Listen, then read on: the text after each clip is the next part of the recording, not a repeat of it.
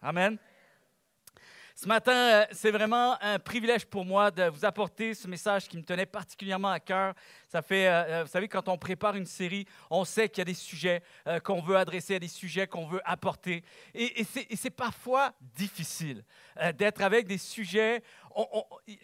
Tous les sujets qu'on reçoit dans notre cœur ou des vérités même qu'on peut même s'alimenter nous-mêmes à travers des vérités, on aimerait tout pouvoir dire ça rapidement. Hein? On croit que c'est des vérités que tout le monde doit entendre et que si ça nous bénit, si ça nous inspire, ça suscite quelque chose d'absolument extraordinaire dans nos vies, on veut aussi que d'autres puissent en bénéficier. Et ça fait plusieurs semaines que j'avais ce message sur mon cœur. Et le titre de mon message ce matin qui rentre dans le cadre de la série que nous avons commencée, la série d'automne, Resplendir pour une pertinence durable. Le titre de mon message s'intitule ce matin « Quand je me sais aimer ». Quand je me sais aimer. Vous savez, on parle beaucoup de l'amour de Dieu, on dit Dieu est amour. Et ça peut parfois même, je ne dis pas malheureusement parce que ça doit partir de là. On doit comprendre que Dieu est amour. Mais ça peut demeurer quand même assez formel. Vous savez, d'avoir une définition formelle de quelque chose, mais c'est autre chose lorsque tu réalises, lorsque tu saisis, lorsque tu expérimentes à quel point Dieu m'aime. Dieu est amour, mais Dieu m'aime. Et je sais que Dieu m'aime. Je sais que je me sais aimer. Il y a quelque chose qui suscite ce que j'appelle le fait de resplendir. Vous savez, mon premier point ce matin, justement, je veux rentrer directement dans le message ce matin, mais de là, l'importance d'apprendre à resplendir avec l'assurance d'être aimé. En réalité, c'est très difficile de resplendir à travers la foi chrétienne, à travers ce que nous expérimentons avec Dieu, s'il n'y a pas cette assurance que Dieu est intimement près de nous, que Dieu est réel, que Dieu est vivant. Et ça va ensemble. On ne peut pas parler de pouvoir resplendir si nous n'avons pas l'assurance que Dieu est à nos côtés. Amen. Et vous savez, la foi... Il y a une phrase qui dit que la foi vient de ce qu'on entend vient de la parole de Dieu. Et dans d'autres versions, ça dit que c'est un message. Premièrement, c'est un message qu'on reçoit. C'est une information qui doit venir configurer quelque chose en nous. C'est une information que nous saisissons par la foi, qui suscite la foi. C'est une mesure de foi. Je crois que ce n'est pas juste une information, mais elle demeure une vérité absolument intègre pour ma vie.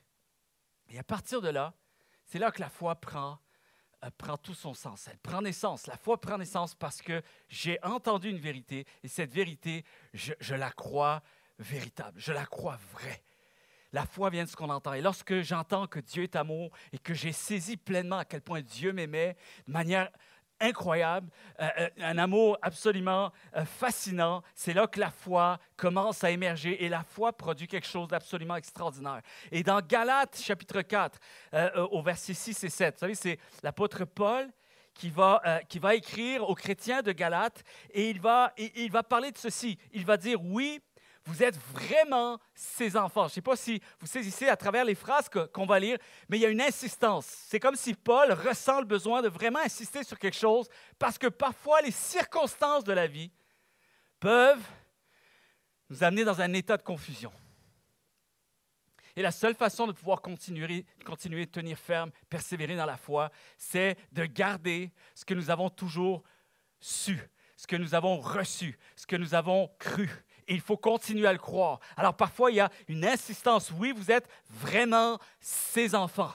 Et la preuve, c'est que Dieu a envoyé dans nos cœurs l'esprit de son Fils, l'esprit qui nous fait dire « Abba, Père ». Donc, tu n'es plus un esclave, mais un enfant de Dieu. Et comme tu es son enfant, je ne sais pas si vous saisissez l'insistance. Et on sent, et puis on le voit à travers le contexte de cet épître, que les chrétiens ont besoin de réitérer, ont besoin d'avoir un renouvellement, quelque chose qui doit se configurer à nouveau. Et comme tu es son enfant, Dieu te donnera l'héritage qu'il garde pour ses enfants. Abba Père. Quand j'ai entendu ça pour la première fois, j'entendais même des chants. Abba Père, Abba Père.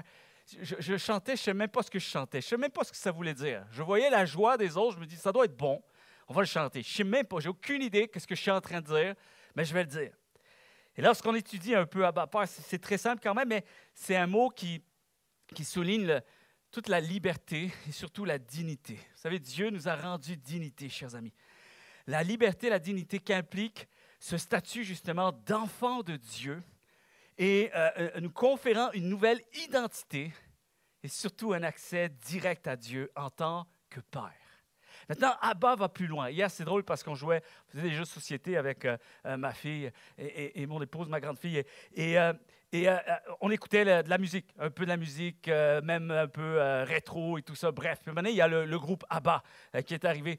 Et là, j'ai dit, est-ce que tu sais ce que ça veut dire, Abba? Je ne sais pas. Je dis, bon, si je me fie au groupe, ça doit être peut-être, je ne sais pas, Abba, ça veut dire fille, groupe, musique, chrétien. Elle a essayé de concert, elle a essayé de trouver quelque chose dans l'aspect d'un groupe de musique. Puis quand je lui ai dit ce que ça voulait dire, c'est comme, oh oui, OK. Et c'est pour ça, justement, on dit Abba Père. En réalité, Abba, le terme Abba, c'est un mot araméen qui veut dire affectueux. Vous êtes là? Affectueux. Et plus que père. Vous savez, des fois, père, c'est une chose que je peux parler avec mon entourage. Je parle de mon père. Hey, je dis mon père. Vous savez, autrefois, quand j'étais jeune, mon père. Et ça, il y a une distance. On garde une distance. C'est mon père, c'est pas le leur. C'est mon père. Mais lorsqu'on parle de Abba, on transfère. Il y a, oui, ça veut dire père, mais plus fort, plus intense, plus proche, plus intime. Et en fait, ça veut dire papa. Papa. C'est ça que ça veut dire, Abba, Père. C'est pour ça, il y a les deux mots, Abba, Père. Et en araméen, quand on disait Abba, c'est papa. Là, ce n'est pas la même chose. Parce que quand je m'adresse à mon entourage pour parler de mon père, je dis mon père. Mais quand j'appelle mon père, je l'appelle papa. C'est un accès direct, une relation directe. Il n'y a rien entre nous, il n'y a pas d'entourage. C'est vraiment moi et mon père. Et là, c'est le mot papa qui exprime une proximité et surtout une confiance envers Dieu. Amen. Confiance envers Dieu, tout comme un enfant se confierait à son père lorsque tu cries, lorsqu'il y a un instinct naturel, lorsque ça sort tout seul, lorsqu'il y a un instinct familier, c'est papa, papa. Lorsque tu as besoin de t'adresser à cette personne qui t'est proche, à qui tu sais que tu peux lui adresser les choses, tu peux tout lui adresser. Et on parle d'une proximité où il y a cette dimension, cette relation authentique, relation affectueuse, et relation directe. Abba possède ces trois termes. Lorsque Paul dit, n'oubliez pas que vous appartenez à Dieu, mais pas d'une manière formelle. Vous êtes de sa famille, vous êtes héritier, vous êtes ses enfants. Et lorsque vous adressez à lui, n'oubliez pas qu'il y a toute l'authenticité que vous pouvez aborder avec lui. Il y a tout cet aspect d'affection profonde et il y a un accès direct, toujours un accès direct. Pas besoin de protocole, on y va cœur à cœur. Je vais vers celui en qui j'ai totalement confiance et la porte de son cœur est toujours ouverte. Et vous savez, lorsque Paul parle à Abba Père, il souligne le fait que maintenant, vous n'êtes plus seul. Même si on a l'impression d'être seul, n'oubliez pas, vous n'êtes pas seul. C'est ça qu'il voulait dire. Alors, il y avait aussi un contexte difficile, contexte hostile à l'époque. Alors, c'était important de réitérer le comment je fais pour garder une foi vivante. Comment je fais pour garder une foi resplendissante. Alors, il faut que tu te souviennes, il faut que tu te rappelles à quel point tu es aimé et à quel point tu es près de Dieu et surtout à quel point Dieu est près de toi. Je ne suis plus seul, tu n'es plus esclave. Vous savez, un esclave, il n'y a rien, il n'y a pas de lien. Lorsque tu es esclave, à quelque part dans une région, tu as été séparé de ta famille. Tous les esclaves n'ont aucun droit, aucun lien parentaux, familiaux. Tu n'as rien. Il n'y a aucun privilège dans ce sens-là. Et lorsque ça dit maintenant, tu n'es plus esclave parce que tu n'es plus seul. Tu as rejoint une famille. Tu as retrouvé ces liens dont tu as besoin pour sentir que quel que soit ce que la vie te réserve, tu n'es plus seul. Je ne suis plus esclave. Je ne me laisse plus asservir par quoi que ce soit. Je suis libre. En gros, ça veut dire ça. Esclave même, vous savez, c'est important des fois de ne pas toujours faire une distinction entre aujourd'hui et hier. savez, souvent on dit « Ah, autrefois j'étais esclave, aujourd'hui je ne suis plus esclave. » Mais souvent on a l'image que ma vie n'est plus ce qu'elle était autrefois. Sauf que, même en tant que croyant, souvent, il y a cet aspect où on pense qu'on devient chrétien et la vie change du tout au tout. Et souvent, on va émettre un peu cette pensée, je ne suis plus esclave, alors on s'attend à ce que les choses difficiles ne soient plus difficiles. C'est certainement pas dans cette optique que Paul veut adresser ça. Au contraire, parce qu'il parle à ces gens-là, il n'est pas en train de dire tout va changer là. Vous faites une prière, puis tout va changer, tous vos problèmes vont disparaître. C'est pas ça qu'il est en train de dire. Tu es en train de dire qu'il peut y avoir des soucis, il peut y avoir des problèmes, il peut y avoir même des choses, tu peux avoir même le même sentiment que tu pouvais posséder avant de connaître Dieu. Parce qu'on est humain. Parce que d'un coup, on est saisi d'une peur. Vous savez, il y a des choses qui nous paralysent parfois. Il y a des choses qui viennent et qui peuvent nous oppresser un petit peu de l'intérieur. Des circonstances avec lesquelles on s'inquiète. Finalement, ça nous affecte. Est-ce que ça vous est déjà arrivé, même en tant que croyant, que finalement, on peut être affaibli par une situation? On peut être pris un peu au dépourvu. Des drôles de pensées à gérer. D'accord, on se sent affaibli, on se sent faible, on se sent atteint par une situation, vraiment atteint. Et c'est là que Paul arrive en disant, vous n'êtes même plus esclave de vos peurs. Vous pouvez avoir des peurs, mais ne devenez plus esclave de ces peurs parce que malgré vos peurs, Dieu continue d'être avec vous. Je n'ai plus peur. En réalité, même, peu importe ce qui m'arrive, je peux surpasser cette peur parce que je me sais aimer. Et pas n'importe qui. Celui qui m'aime est le Dieu souverain. Le Dieu qui est au contrôle de toutes choses, qui a tout créé. Et c'est cette mise à jour qu'on a besoin d'aller saisir à chaque jour. Les promesses de Dieu, les bontés de Dieu, les bénédictions de Dieu se renouvellent. Et on a besoin d'être renouvelé par, justement, l'intelligence de notre pensée. C'est à l'intérieur de nous. Notre discours intérieur doit se rappeler les promesses de Dieu, doit se rappeler qu'est-ce qui en est lorsqu'on a la foi, sur quoi je base ma foi, sur quoi je fonde ma foi.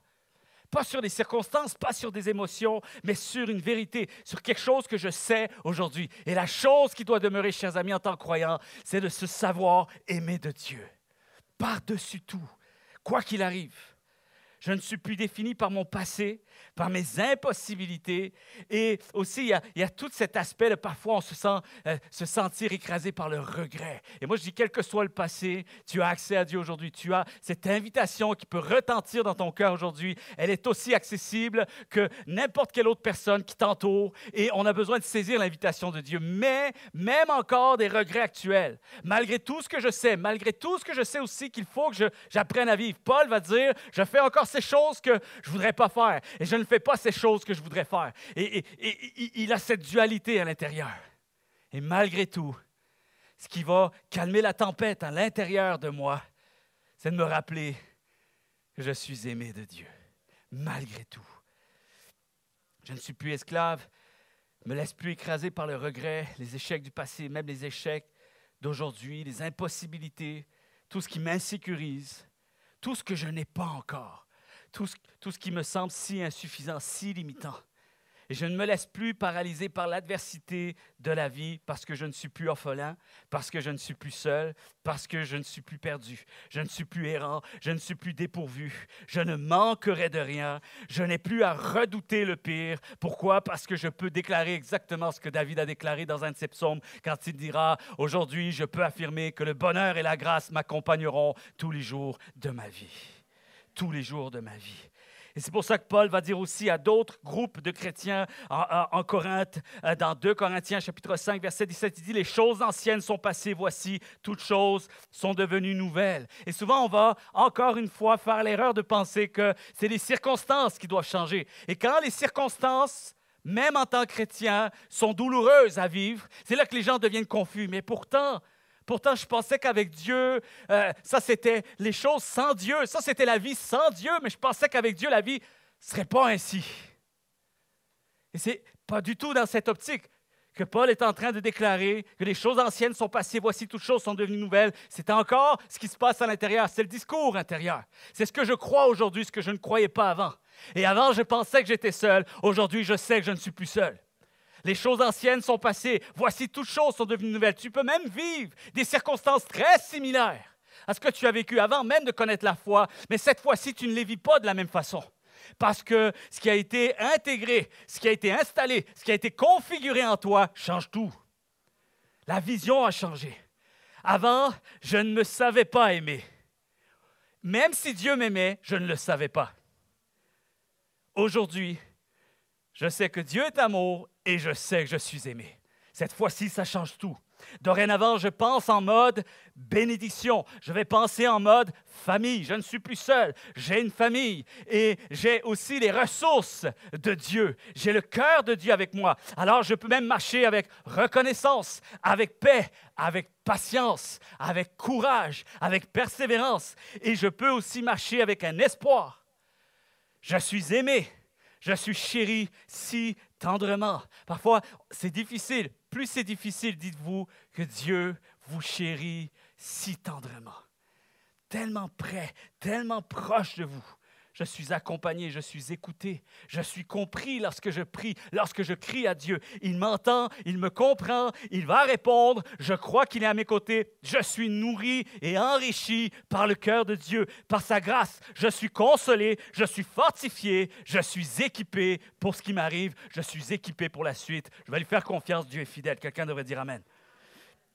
Je suis appelé enfant de Dieu. Je suis appelé enfant de Dieu, je me sais aimer, quoi que j'ai pu faire et quoi qu'il arrive. Amen. Quoi que j'ai pu faire et quoi qu'il arrive, je me sais aimer. J'aime, il y a une chose, vous savez, enfant de Dieu, dites après moi, enfant de Dieu, c'est mon nom. On va le redire ensemble. Enfant de Dieu, c'est mon nom. Et pourquoi j'insiste sur l'aspect du nom? Je prends le mot « mon nom », l'expression « c'est mon nom ». Pourquoi? Parce que dans les Écritures, il est dit dans le livre d'Ésaïe, écoutez bien, c'est profond, c'est touchant, écoutez bien ceci. Dans Ésaïe 49, au verset 16, ça dit « Moi, je ne t'oublierai jamais. Vois. » Vois. Vous savez ce que ça veut dire, vois? Sache-le, ça veut dire. C'est une chose que Dieu se fasse tatouer quelque chose, parce que ça dit « J'ai écrit ton nom sur la paume de mes mains. » Sache-le. Je pense sans arrêt à tes murs de défense. Vous savez pourquoi? Pourquoi il est dit? Pourquoi il y a cette dynamique? Je ne t'oublierai jamais. Est-ce que des fois, on se dit, oh, une chance? Une chance. Est-ce qu'il y aurait un doute, Seigneur? C'est pourquoi tu dis ça? Parce que, est-ce que c'est toi, tu essaies de te renforcer, tu essaies de te motiver? Y a-t-il quelque chose dont je devrais m'inquiéter? Y a-t-il un moment où tu doutes de ne pas oublier de penser à moi? C'est spécial ici, très spécial. Lorsqu'on se met à étudier le texte, c'est très riche parce qu'il dit « vois ». Pourquoi il implique? Pourquoi il nous implique à l'intérieur? Viens voir, regarde mes mains. Est-ce qu'il y a un autre passage? Est-ce qu'il y a un autre passage où Jésus a dû fortifier quelqu'un en lui disant « viens voir mes mains, touche à mes mains ». Thomas, touche à mes mains. Ça aurait été facile de penser avec une pensée religieuse, de dire « oh Thomas, tu aurais dû avoir un petit peu plus de foi, tu sais, au moins change ta dynamique de phrase, je ne sais pas, montre que tu y crois quand même un peu. » Et pourtant, cette scène, elle est fabuleuse. Moi, je remercie Dieu pour ce récit. Je remercie Dieu pour les détails de ce récit. Je remercie Dieu pour les Thomas de ce monde. Je remercie Dieu parce que je m'identifie encore quelquefois à des Thomas de ce monde. Où j'ai besoin. Seigneur, je sais, mais ma foi est faible. Je manque, je doute, je suis confus, je suis bousculé par les circonstances de la vie. Seigneur, et ce que j'aime, c'est l'invitation de Dieu. Mais ton nom est inscrit sur mes mains. Viens et sache-le, vois-le encore à nouveau. Je renouvelle. Je ne fais pas juste te le dire, je te fais venir à moi pour, regarde, c'est une véracité, c'est une vérité. Elle est là cette preuve. Tu es sur mes mains. Et si on étudie un petit peu les mains, les psychologues, les statistiques qui disent que la chose qu'on va voir le plus vue dans notre existence, à la fin de nos jours, ce qui aura été accumulé le plus, la chose qu'on aura vue le plus dans notre vie, consciemment ou inconsciemment, ce sont nos mains. Est-ce que vous saviez ça? Ce sont nos mains qui sont le plus exposées devant nos yeux. Et c'est la réalité. Prenez le temps de réfléchir. Dès que vous vous levez, vous faites un geste et tout de suite, vos mains sont dans votre zone de vision. Vous prenez un objet, vous allez vous préparer quelque chose à manger, vous allez vous laver. Tout ce que vous faites, vous marchez, il y a toujours une partie de vos mains qui rentre dans votre zone de visibilité. N'est-ce pas extraordinaire que Ésaïe a parlé de ça? Finalement, aujourd'hui, lorsqu'on réalise le contexte, on s'aperçoit que finalement, c'était même voulu de Dieu. C'était pour cette raison. Sache que même lorsque tu n'en prends pas toujours conscience, tes mains, ta vie est toujours devant moi. C'est tellement touchant. C'est comme si ma vie demeure continuellement devant ses yeux. C'est important de le savoir. C'est important de laisser Dieu réitérer cette vérité. Et un renouvellement, une mise à jour dans ma foi afin que je puisse trouver la mesure qu'il me faut pour continuer à persévérer et à tenir ferme malgré les circonstances qui voudraient me faire douter et me voudraient me faire croire le contraire.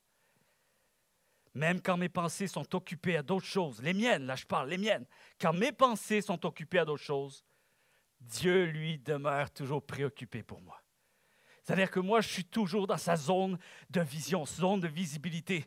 Et même, c'est touchant parce que je demeure continuellement l'objet de ses pensées. Imaginez un peu, pensez un peu à ça. Laissez Dieu vous faire le travail en vous. Quelque chose de profond ce matin. Sans que je le réalise toujours. Lui, il garde ses yeux sur moi. Et même parfois, mes yeux à moi bifurquent. Mes yeux à moi se détournent. Parfois même, la Bible dit, attention, hey, tu promènes un regard inquiet. Et ça, on a malheureusement cette capacité à se détourner si facilement des choses de Dieu. Et le regard est inquiet, le regard vacille, et finalement on se promène et on s'éloigne un petit peu trop. La réalité, chers amis, n'oubliez jamais d'une chose, que son regard reste toujours fixé sur nous. Reste toujours fixé sur nous. Et c'est là qu'on est saisi de voir à quel point est-ce que nous représentons pour lui. Parce qu'ici, Ésaïe nous révèle le cœur, l'amour, l'affection et l'immense tendresse que Dieu porte spécialement à notre égard. Quelqu'un devrait dire Amen. Et à quel point nous sommes l'objet de ses pensées. Une préoccupation constante. Constante. Le fait que mon nom est continuellement devant ses yeux devrait me procurer une joie confiante. Une foi confiante et un cœur apaisé. Combien le croient ce matin? Ma vie est une préoccupation constante pour lui. Alors, c'est là que je le réalise, c'est là que je le vois lorsque j'étudie les Saintes Écritures, la Bible. C'est tellement bénissant, c'est tellement inspirant. Et lorsque je vois comment son peuple a pu même passer, le peuple de Dieu a pu même passer par le creuset, par les choses difficiles, par des périodes tellement pénibles, tellement difficiles. Une des choses que Dieu a voulu nous montrer, même nous, lecteurs aujourd'hui, lecteurs modernes des Saintes Écritures, il faut se référer à hier pour que nous puissions avoir la foi aujourd'hui. Et comprenez bien une chose, on ne sera jamais différent de ce qui s'est produit hier, la même foi qu'hier, et c'est celle que nous devons saisir aujourd'hui. Et Dieu veut que nous étudions comment il a pris soin des autres avant nous pour que nous saisissions à quel point il va continuer de prendre soin de nous aujourd'hui. Alors même quand son peuple est passé par le creuset, jamais Dieu ne l'a oublié. Parce que son nom était inscrit sur la paume de ses mains. Tout comme Dieu savait où en était son peuple. Dieu sait où nous en sommes aujourd'hui. Combien le croient? Particulièrement, il y a quelques années de ça, à l'époque où il y avait l'émission Star Academy. Je me souviens, une des dernières éditions qu'il y a eu, c'était avec Lara Fabian, qui était parmi les juges. Et il y avait un jeune homme qui venait, et lui déjà, dans le reportage, il était en train d'expliquer, il ne sait pas s'il va arriver à chanter devant Lara Fabian, c'est son idole. Et là, il avait peur. Et pourtant, c'était quelqu'un qui a du talent et tout ça. Et il commençait à douter un peu, savoir s'il allait être capable de gérer l'émotion, de pouvoir chanter devant son idole. Et en plus, savoir, est-ce que je vais être pris, est-ce que je vais être disqualifié, j'en sais rien. Il fait une prestation extraordinaire, mais vraiment extraordinaire. Et bien sûr, Lara Fabian lui fait un compliment. Et avant de lui faire un compliment, elle lui demande... Non, d'abord, elle lui dit, c'était extraordinaire. Elle dit, c'est quoi ton nom? Et le gars a répondu, je ne sais même plus. Puis là, c'est parti. Moi, j'étais à la maison, on était morts de rire. Et le gars, tu voyais là, les pensées confuses. Le gars, il avait tellement le trac, il était tellement anxieux, il était tellement pris dans une émotion tellement intense qu'il en a perdu même le sens de lui-même. Extraordinaire. Et là, il a dit, OK, là, tu vas te calmer, respire. Et là, il lui explique, il dit, oui, mais je parle à mon idole que j'ai toujours voulu rencontrer. Bref, c'est toute une émotion. J'ai même oublié mon nom. Et il arrive parfois, chers amis, des fois, il y a des histoires comme ça, puis soyons honnêtes. Il arrive parfois où les circonstances nous brassent tellement qu'on en vient à perdre un peu, on ne sait plus qui on est. Je suis qui, moi, là-dedans? C'est quoi le sens de la vie? Finalement, je vais où? Ça se dirige où, tout ça? C'est quoi la compréhension? C'est quoi le but de tout ça? Je ne sais même plus. À la base, je pensais savoir, je ne sais plus trop. Confus face à notre propre vie. On est confus parfois face à ce qu'on poursuit. Au début, je pensais savoir quoi poursuivre. Aujourd'hui, je ne sais plus trop. Perte un peu de but, de sens, de vision, raison d'être. Et on finit par avoir l'impression, c'est incroyable, on finit par avoir l'impression même que le Seigneur nous a lui-même abandonnés. Et les sentiments sont tellement forts qu'on les transpose. On fait une projection, les amis. Ça, c'est prouvé partout, pas juste dans le domaine de la foi. C'est comme ça qu'on est fait. On a cet instant que dès que ça brasse, ça chèque vraiment pour nous, on a tendance à penser que le monde entier est en train de se détruire et qu'il n'y a plus aucun espoir. Et on perd le sens même de la foi, on devient incrédule pour la suite et on finit par avoir l'impression que le Seigneur nous a abandonnés, mais c'est faux. C'est faux. Il sait qui tu es. Amen. Il sait, c'est important, ce n'est pas la même chose, comprenez bien. Il sait qui tu es et il sait où tu es. Écoute bien, un autre step de plus. Il sait qui tu es, il sait où tu es, il sait où tu en es. Toi et moi, Dieu sait où on en est aujourd'hui. Il sait, c'est merveilleux, c'est extraordinaire. La Bible nous enseigne toutes ces choses-là. Il sait là où tu vas. Et le plus beau, c'est qu'il sait ce que tu es appelé à devenir. Il sait ce que tu vas devenir. Amen. Il conduit tes pas. Ta vie est entre ses mains. Et il sera là pour te le rappeler. Il est fidèle. Combien le croient? Il est fidèle. Est-ce qu'on peut le déclarer? Il est fidèle. Il est fidèle. Peut-être une personne qui est peut-être la plus éprouvée ce matin ici, dans ce lieu, ou même des gens qui nous écoutent par le biais de la diffusion en ligne. Tu te sens vraiment très éprouvé. Alors, ose déclarer ceci. Il est fidèle. Il est fidèle. Il le sera. Il va continuer à être fidèle pour moi. Il conduit mes pas. Ma vie est entre ses mains. Est-ce qu'on peut le déclarer? Est-ce qu'on peut l'affirmer ce matin? Il sera là pour me le rappeler. Ainsi, lorsque nous sommes en proie à ce genre de sentiment, de confusion, lorsque peut-être tu es sur le point de pleurer sur ton sort. Et je ne dis pas de t'apitoyer sur ton sort, ce n'est pas la même chose, mais parfois, c'est lourd, on pleure, il y a quelque chose qui nous pousse à pleurer, il y a quelque chose qui nous pousse à craindre. Lorsque nos pensées deviennent sombres, lorsque nous glissons, lorsque nous sentons que nous sommes avalés par quelque chose et que c'est angoissant, c'est anxiogène, j'ai peur, ça fait peur. Et c'est important, fais cette analogie, tu plonges, tu glisses. Alors, prends le réflexe de plonger tes regards dans les Écritures. Plonge tes regards dans la parole de Dieu. Et va chercher les pensées que Dieu possède à ton égard. Va réécouter à nouveau ce qu'il dit de toi, ce qu'il a toujours dit de toi, ce qu'il continuera à dire de toi, ce qu'il pense de toi. Va chercher ce qu'il prévoit toujours faire avec toi, même si les circonstances semblent indiquer le contraire. Il est constamment en train de penser à toi et au cœur du creuset, va chercher des passages comme Ésaïe 41, verset 10, où il est dit « Ne crains rien.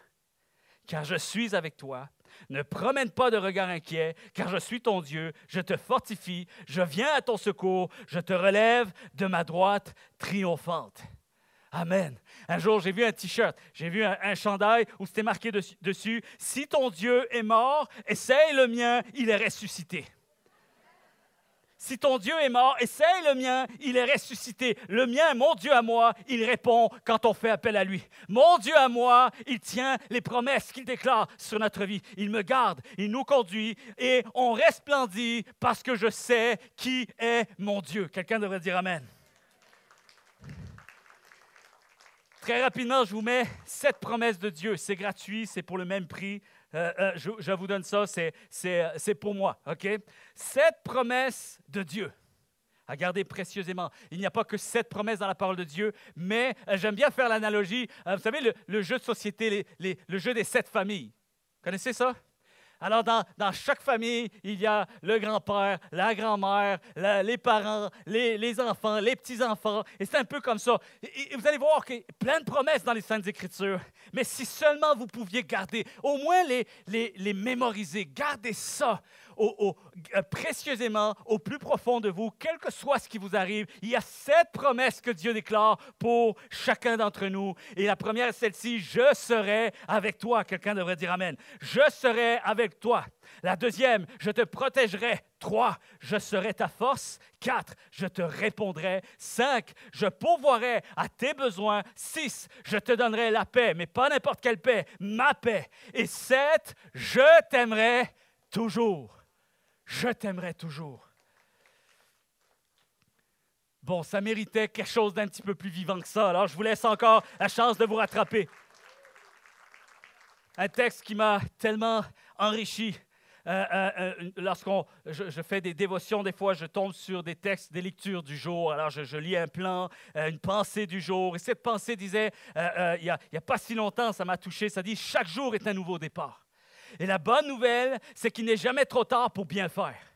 Nous pouvons dès maintenant prendre un nouveau départ et commencer à faire des bons choix, sachant que demain, nous serons le fruit des décisions que nous prenons aujourd'hui. Et ça m'a tellement inspiré. Pourquoi? Parce qu'il y a une pensée là-dessus. J'aimerais vous amener, et comprenez bien. Vous savez, un jour, un homme est allé voir un psychologue. Et il lui a expliqué un peu une dualité qu'il y avait à l'intérieur de lui, comme s'il était poussé de temps en temps à faire le bien et d'autres fois à faire le mal. Et c'est comme s'il avait l'image de voir 2 chiens se battre ensemble continuellement dans son être intérieur, dans son discours intérieur. Et il y a un chien qui veut faire le bien et l'autre qui veut faire toujours le mal. Et il dit, je ne sais pas comment régler ça. Et j'ai comme l'impression que je suis toujours tiraillé, je suis toujours tenté. Et le psychologue a demandé, OK, disons qu'on va rester sur cette image. Dites-moi un petit peu, en résumé, dans tout ce que vous vivez, dites-moi, selon vous, lequel des 2 gagne le plus souvent? Et vous savez ce que l'homme a répondu? Il dit, c'est intéressant ce que vous dites là. Il a été très honnête. Parce que, vous savez, les animaux, c'est souvent une question d'énergie. Lequel va avoir le plus d'énergie? Alors, il a saisi une chose. Il dit, je crois en fait, monsieur, que c'est celui que je nourris le plus qui finit par avoir le dessus sur l'autre. Et c'est là qu'ils sont rentrés dans un exercice. OK, maintenant, comment tu peux faire pour alimenter un peu moins celui que tu ne voudrais pas, qui prenne le dessus sur ta vie? Et comment tu peux aller dans la direction que tu voudrais atteindre si tu te projettes ton futur désiré? Comment tu peux nourrir ton futur désiré à travers les choix que tu dois prendre aujourd'hui? Et c'est tellement extraordinaire parce que la foi, chers amis, c'est tout d'abord un état de croyance. Et plus je nourris cet état de croyance, et plus je deviens fort avec Dieu, automatiquement. Plus je me nourris par une vérité, cette vérité va finir par définir ma vie. Et c'est là, la foi vient de ce qu'on entend vient de la parole de Dieu. Donc, je laisse cette foi venir émerger en moi, m'alimenter, me nourrir. C'est pour ça qu'à chaque jour, chers amis, pas pour dire, hey, moi, je fais des exploits. Non, non, rien à voir avec ça. C'est l'état d'un homme, sachant que sans Dieu, je ne peux rien. C'est l'état d'un homme qui réalise et qui reconnaît son état de faiblesse et que j'ai besoin d'aller nourrir le bon animal parce que l'autre est jamais très loin. Alors, il faut que j'aille nourrir ce cœur, le cœur de Dieu, les fruits de l'esprit, tout ce que Dieu en réserve pour moi, ça se nourrit, chers amis. Et je veux comprendre, je veux saisir, je veux être fortifié là-dedans. Je veux en faire une définition de vie. Et c'est important. Et je termine avec ceci. Vous savez, on va rentrer dans une deuxième vérité qui dit resplendir, l'importance de resplendir avec l'impact que son amour continue d'avoir sur moi. Alors, je vais demander à Emma de bien vouloir venir me rejoindre, s'il te plaît. Vous savez, il y a quelque chose ici. Il y a quelque chose. Vous ne l'avez pas à l'écran, mais dans Galates chapitre 4, verset 9, Paul il est un peu confus. Parce que des gens ont expérimenté quelque chose de réel avec Dieu. Quelque chose que personne ne pouvait nier. Il a dit, c'est incroyable ce que vous avez vécu avec Dieu. Vous le savez. C'est même pas comme lui a besoin de pousser à ça. Vous savez que c'est une réalité. Vous savez que vous avez vraiment vécu une expérience. Et vous avez saisi à quel point Jésus est vivant.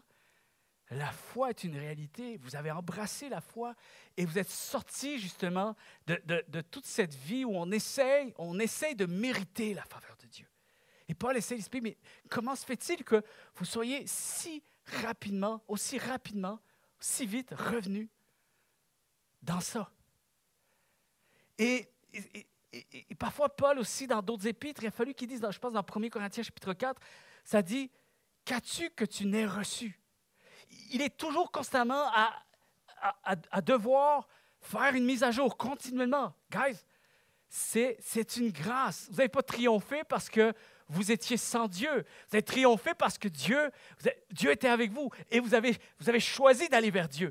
Et quand Dieu est là, ça change tout. Il y a des choses qu'on pensait même impossibles, impensables à pouvoir accomplir.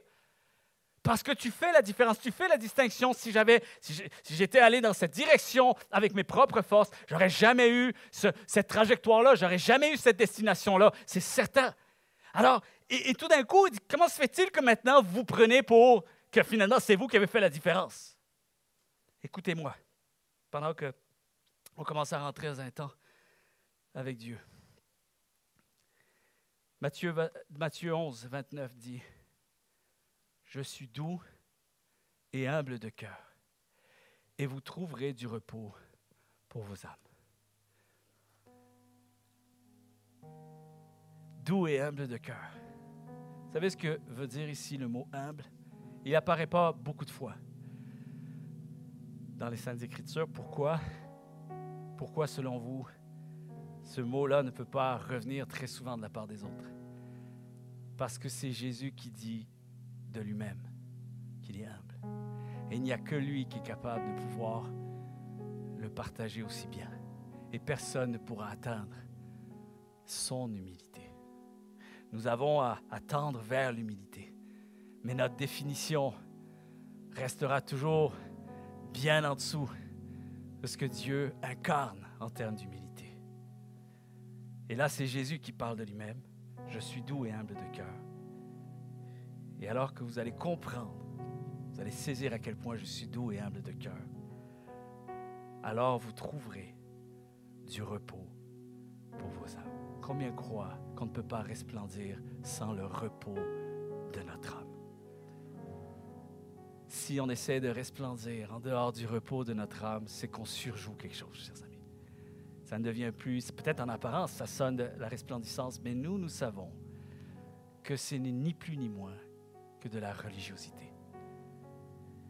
Doux et humble de cœur. L'emploi du mot humble signifie, vous savez ce que ça veut dire? Accessible. Accessible. Et très peu de fois, ce mot est utilisé parce qu'il est toujours représentatif de Jésus-Christ. Et c'est toujours le même mot, accessible. Sur la croix, accessible. Il se taisa. Il a, comme un agneau, sans défense, accessible. Il l'a fait pour que tu comprennes que ce n'est plus tes forces qui va rendre cela possible. Peu importe où tu en es aujourd'hui, tout devient accessible. C'est extraordinaire. Malgré sa gloire resplendissante, parce que lui avait une gloire resplendissante, il aurait pu tout terminer là. Malgré sa sainteté éblouissante, son unicité, son altérité, il aurait pu dire « Je suis gloire resplendissante ». Tu sais, il n'y a pas... Cette phrase-là, elle arrive juste une fois aussi intrinsèque, aussi si intime. Alors c'est incroyable. Dans tout ce qu'il aurait pu dire de lui, il a choisi que l'on se rappelle. Vous allez entendre, vous allez voir, vous allez réfléchir, vous allez me percevoir de différentes façons. Mais s'il y a une chose que je veux vous rappeler de ce que j'ai dit à propos de moi, je suis doux et humble de cœur. C'est la chose qui va faire que tout le reste sera parfaitement enligné. Il aurait pu dire, je suis l'autorité suprême. Jamais personne dans l'histoire de toutes les divinités, de toutes les spiritualités, de toutes les religions qui existent. Il n'y a que dans le christianisme où Dieu dit, je suis accessible et je suis humble. C'est touchant. Et en commentaire à Matthieu 29, le théologien a dit ceci.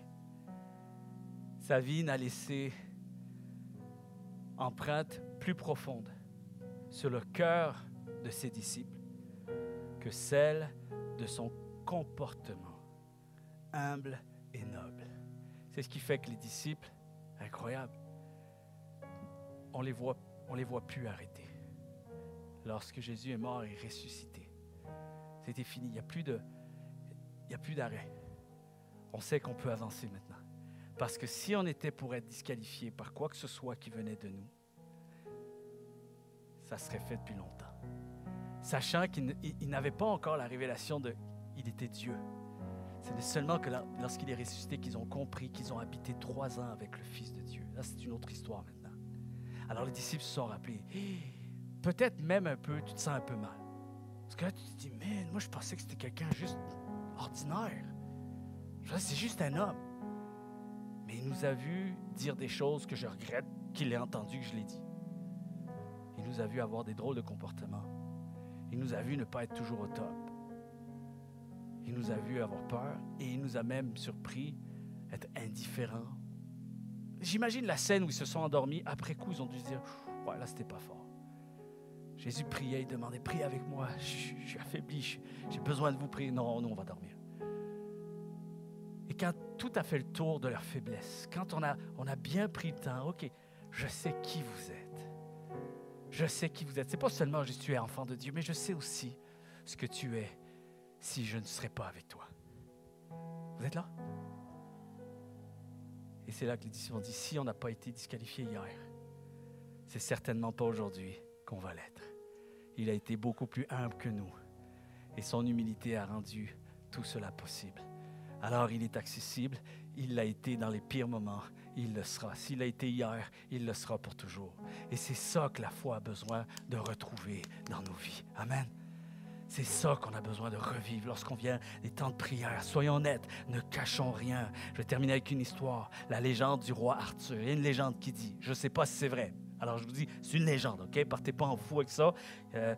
Une légende qui dit qu'après des grands combats, le roi Arthur rassemblait ses chevaliers autour d'une table où ils allaient communier autour d'un repas. Et la chose qui permettait à ces personnes de pouvoir entrer et avoir accès à ce repas avec le roi, il posait une question. Avant de vous asseoir, montrez-moi vos blessures. Montrez-moi vos cicatrices. Ça ramenait de la guerre. Montrez-moi vos cicatrices. Et si quelqu'un était revenu sans cicatrices, on lui disait, retourne au combat et reviens quand tu auras quelque chose à nous partager. Wow! J'écoutais cette histoire, c'est incroyable. Montrez vos cicatrices. Si Jésus a fait en sorte que nos péchés, nos faiblesses, nos erreurs, nos pires gaffes soient exposés au jour de sa résurrection, c'est certainement pas pour faire à croire qu'il n'en existe pas. Vous êtes là?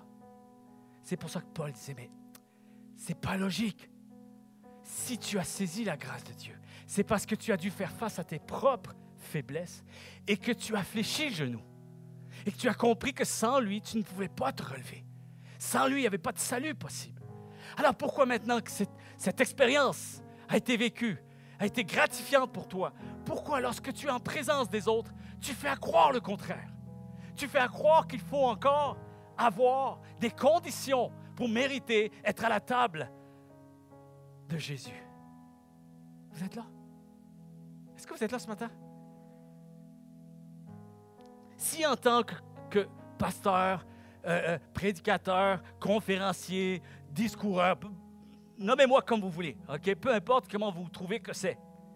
Mais si le message était toujours parfait, prétendant que tout devrait être parfait dans la vie, finalement, qu'on essaie de se donner une absolution, quelque chose qui idéalise le message chrétien, un parcours sans faute, et que finalement, être chrétien, c'est jamais avoir peur, jamais être abattu. S'il y avait tout ça, si c'était seulement ce genre de message-là, personne, je vous dis sincèrement, personne, et moi inclus, personne ne saurait quoi en faire.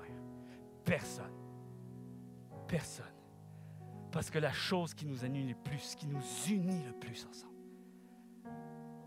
ce n'est pas notre perfection. Ce sont nos faiblesses. Ce sont nos péchés. Ce sont nos petitesses, nos limites, nos vices, nos luttes, nos dualités. C'est ça qui nous unit. C'est ça qui devrait faire la force d'être chrétien ensemble. Je ne suis pas intéressé à m'identifier à quelque église que ce soit et ne pas être capable, ne pas même sentir que je puisse partager mes dualités, mes faiblesses. C'est pas vrai que ça va se faire toujours dans le lieu secret. C'est pas vrai que ça va se faire toujours lorsque là, je suis pleinement en confiance avec les gens. Et si ça te choque, c'est pas grave. Mais je suis libre. Je suis libre. J'ai entendu une main. Juste ça, c'est suffisant. Tout le monde. Tout le monde. Je suis libre. On avance tous en étant bien imparfaits. C'est ça, l'Église. Et tout le monde a accès au cœur doux et humble de Jésus-Christ. Quelqu'un devrait dire Amen. Allez. Faites savoir que Jésus est doux et humble de cœur. Faites-le pas savoir de manière formelle. Oui, Dieu est amour. Non. Dis Abba Père. Sache que Dieu m'aime. Et si Dieu a réussi à m'aimer, il t'aimera aussi. Amen. Il a été doux et humble de cœur pour moi. Dites-le. Quand tu dis ça, c'est-à-dire que tu es en train de faire comprendre qu'il est le seul à être parfait et moi, je suis bien en dessous, bien imparfait. On se partage nos faiblesses. Faites savoir que Jésus est doux et humble de cœur pour vous. Qu'il continue de l'être, il continuera de l'être. Ne cachez rien, ne dissimulez rien. Et c'est pour ça que ça dit, on l'avait vu il y a quelques semaines, 1 Corinthiens chapitre 2, verset 3. Je termine avec ce texte-là. Moi-même, c'est Paul qui dit, j'étais auprès de vous dans un état de faiblesse, de crainte et de grand tremblement. Jugez-moi, commencez à douter de mon appel, de la véracité de ma foi. J'en ai rien à faire. Moi, je suis libre et lorsque je suis faible, c'est mon état, mais je me confie à celui qui est parfait, à celui qui est doux et humble de cœur et qui a permis que tout soit encore accessible aujourd'hui, quel que soit l'état dans lequel je me tiens aujourd'hui. Quelqu'un devrait dire encore Amen. Amen. Est-ce qu'on peut se lever ensemble? Il y a une phrase que je pense que vous avez vue passer dans les réseaux sociaux. Je ne l'ai pas dit lors de mes derniers messages, mais une des choses, c'est qu'on resplendit à travers nos faiblesses. Et c'est ça qui crée un espoir à ce monde. C'est ça qui donne un espoir à ce monde. Parce que nous savons, nous sommes tous faibles. Et lorsque tu entends qu'il est possible de vivre quelque chose de salutaire avec Dieu, au milieu de la faiblesse, alors tu sens que ce salut est accessible et il est possible pour moi aussi. Alors je dirais ceci, resplendissez avec l'intégralité de votre vie, s'il vous plaît, y compris votre arrière-scène et l'envers de votre décor. Apprenez à bénir autour de vous à partir de vos propres erreurs, à partir de votre propre parcours. Redonnez les leçons apprises et faites en sorte que votre parcours compte. En comptant sur la grâce de Dieu, transformez vos erreurs en enseignements enrichissants. Améliorez votre condition qui est la vôtre. Et au passage, enrichissez les autres. Et vous deviendrez l'Église de Jésus-Christ. Alléluia. Alléluia. Alléluia. Seigneur, on veut disposer nos cœurs à te chanter et surtout aussi à répondre avec nos cœurs. répondre à ta présence ce matin qui est ici. Ton esprit est ici, ta présence est ici. Et que chaque moment compte. Je prie, Seigneur, que ce matin, chaque personne puisse venir devant toi avec sa propre réalité, ses propres mots, ses propres prières. Peut-être une simple curiosité ce matin, mais qui interpelle, qui fait rage à l'intérieur. C'est le temps, pour toi, mon ami, c'est le temps de t'adresser à celui qui permet tout cela. T'adresser à celui qui a rendu cela possible aujourd'hui. Tu puisses venir devant Dieu. Il a rendu sa présence et son cœur accessible, doux et humble de cœur. C'est tout ce que tu as besoin de te rappeler. Il n'y a aucune condition, si ce n'est que tu acceptes de venir devant celui qui est doux et humble de cœur pour toi. Seigneur, je prie que ce moment de chant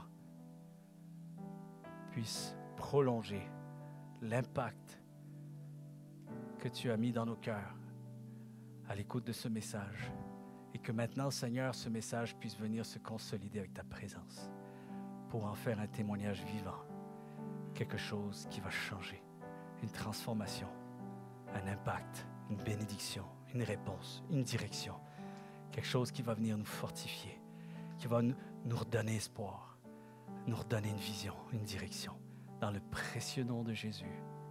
Amen.